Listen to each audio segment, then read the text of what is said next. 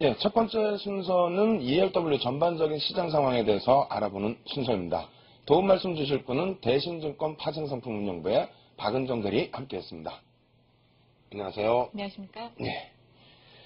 일단 시장 전체적인 흐름 자체가 7월 들어서는 굉장히 강한 그런 흐름을 나타내줬는데요.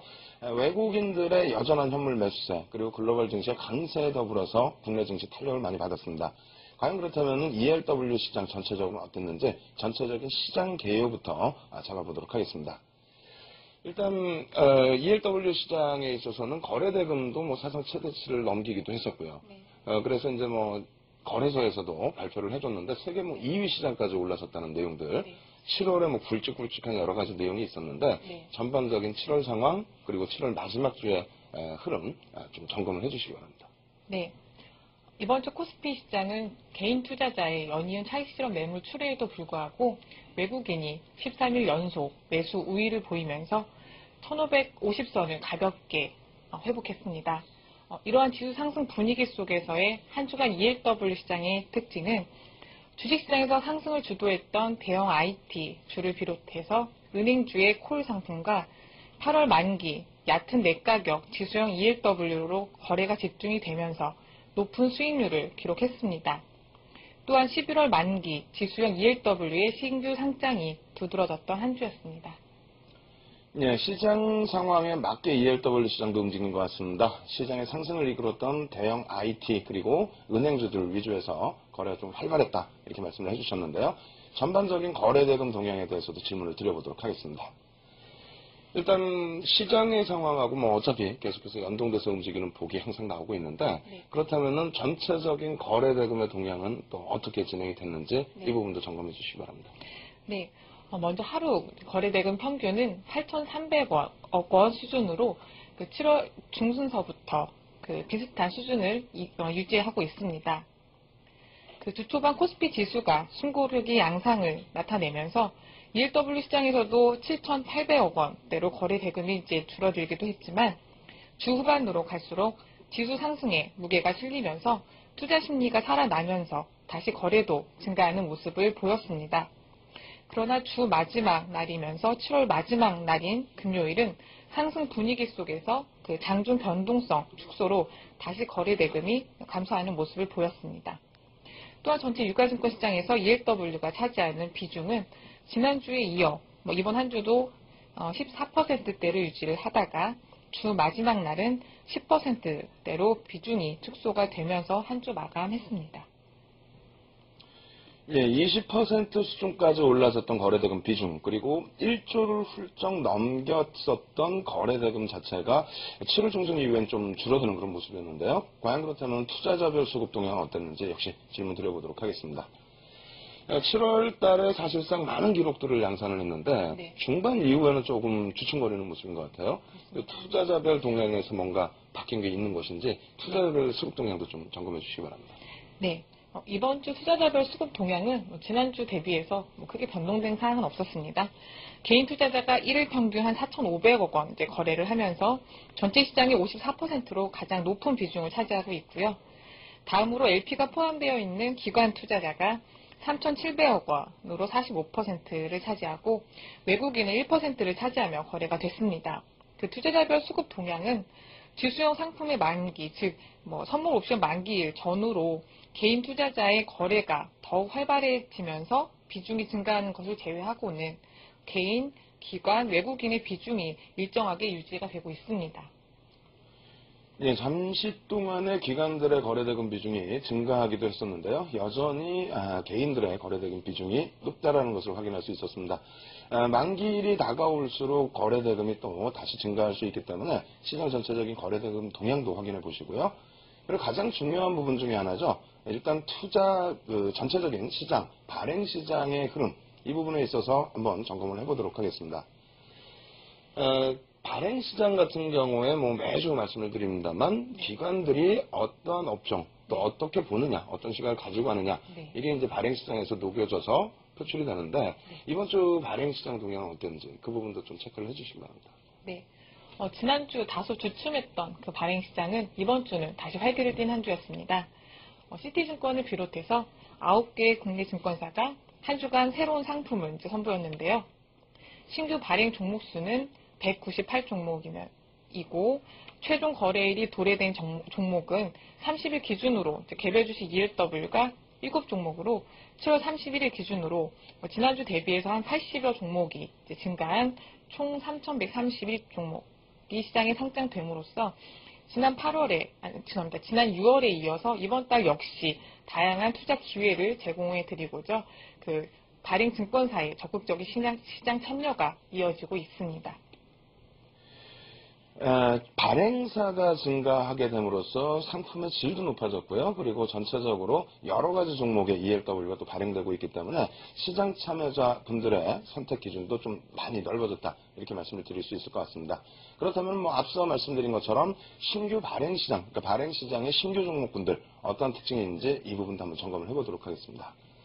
뭐 조금 전에 앞서도 한번 말씀을 드렸는데요. 네. 일단 시청자분들께서 가장 또 도움이 될 수 있는 부분이 네. 과연 어떤 업종에서 또 어떤 종목이 기관들의 눈에 띄었었는지 그 부분에 대한 신규 그 상품에 대한 특징 부분도 점검을 해주시기 바랍니다. 네. 지난주는 개별 주식 종목 위주로의 좀 상장이 증가를 했는데요. 다시 이번 주는 지수형 상품의 상장이 활발했던 한 주였습니다. 이번 주 새롭게 발행된 ELW 시장의 상품의 기초 자산을 살펴보면 코스피 200 지수형 상품이 52종목으로 가장 많았습니다. 그 상장된 종목 대부분이 지수형 상품 중에서도 상대적으로 그 종목 수가 적었던 그 11월 만기형 상품으로 다양한 행사 가격과 전환 비율로 상장됐습니다. 다음으로 개별 주식 ELW에서는요. 기아차, 우리금융, LG디스플레이, 삼성전자, 그리고 신한지주 순으로 상장수가 많았습니다. 자동차 업종의 그 강세 속에서 기존의 현대차를 기초 자산으로 한 상품의 상장이 활발했는데요. 이번 주는 기아차를 기초 자산으로 한 상품의 상장수가 10종목으로 가장 많았습니다. 다음으로 삼성전자와 LG디스플레이는 시장에서 거래가 가장 많이 되다 보니 매주 신규 상장이 계속 이어지고 있고요. 그 지난주에 이어서 우리금융과 신한지주 상품도 많은 종목이 상장됐습니다. 그 은행 부분의 경비 절감과 그리고 비은행 부분에서 즉 증권가 카드 등을 비롯해서 크게 이익이 개선되면서 그 3분기 실적이 2분기보다 훨씬 개선될 거라는 전망이 이어지면서 강세를 보이고 있는 은행 업종 중에서 그 중에서도 대형 은행주의 신규 발행은 좀 당분간 이어질 것이라고 생각이 됩니다. 예, 발행 시장의 특징 전체적으로 확인을 해봤고요. 마지막으로 이제 여러분들께서 또 흥미를 가지실 수 있는 부분, 한 주 동안에 어떠한 ELW 상품이 가장 높은 수익을 냈는지 이 부분도 한번 점검을 해보도록 하겠습니다. 일단 그 발행 시장 전체에서 네. 상승률이 어차피 또 높은 그러한 ELW 상품에 대해서도 네. 호기심이 굉장히 많아지거든요. 네. 이번 주에는 과연 이제 어떠한 종목 또 어떠한 업종에서 수익률이 높게 형성이 됐는지 그 부분도 좀 점검을 해주시기 바랍니다. 네. 이번 한 주간의 상승률 상위 종목을 살펴보면 지수형 상품들이 대다수를 차지했습니다. 상위 5개 종목을 살펴보면 모두 지수형 상품으로 물론 콜 상품으로 그 모두 만기가 8월이면서 일주일 동안의 그 LPA 유동성 공급이 원활히 이루어진 상품으로 행사 가격이 195에서 205, 즉 얕은 내 가격과 얕은 외 가격의 상품입니다.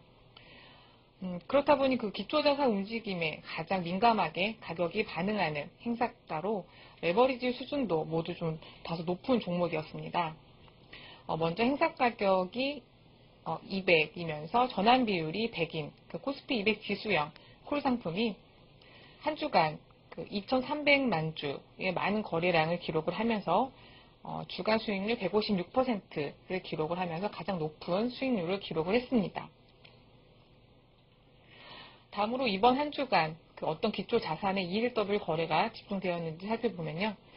먼저 그 주 후반으로 갈수록 지수형 상품의 비중이 증가를 했습니다.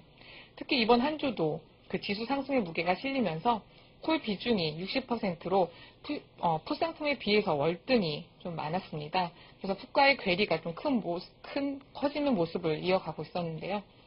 주 마지막 날은 상승 분위기가 더욱 강화되면서 그 풋의 비중이 크게 감소하기도 했습니다.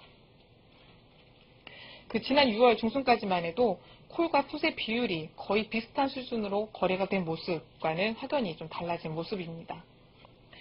마지막으로 그 개별 주식 ELW를 살펴보면요. 지난주에 이어서 하이닉스, 삼성전자, 그리고 LG 디스플레이로 대형 IT 종목군과 그리고 신한주주를 기초자산으로 한 콜 상품의 거래가 활발했습니다. 하이닉스 반도체는 2분기 양호한 실적에 이어서 3분기에는 흑자 전환이 가능할 거라는 전망에 힘입어 그 주중반 연중 최고치로 기록을 하면서 ELW 시장에서도 역시 거래가 집중된 모습이었고요.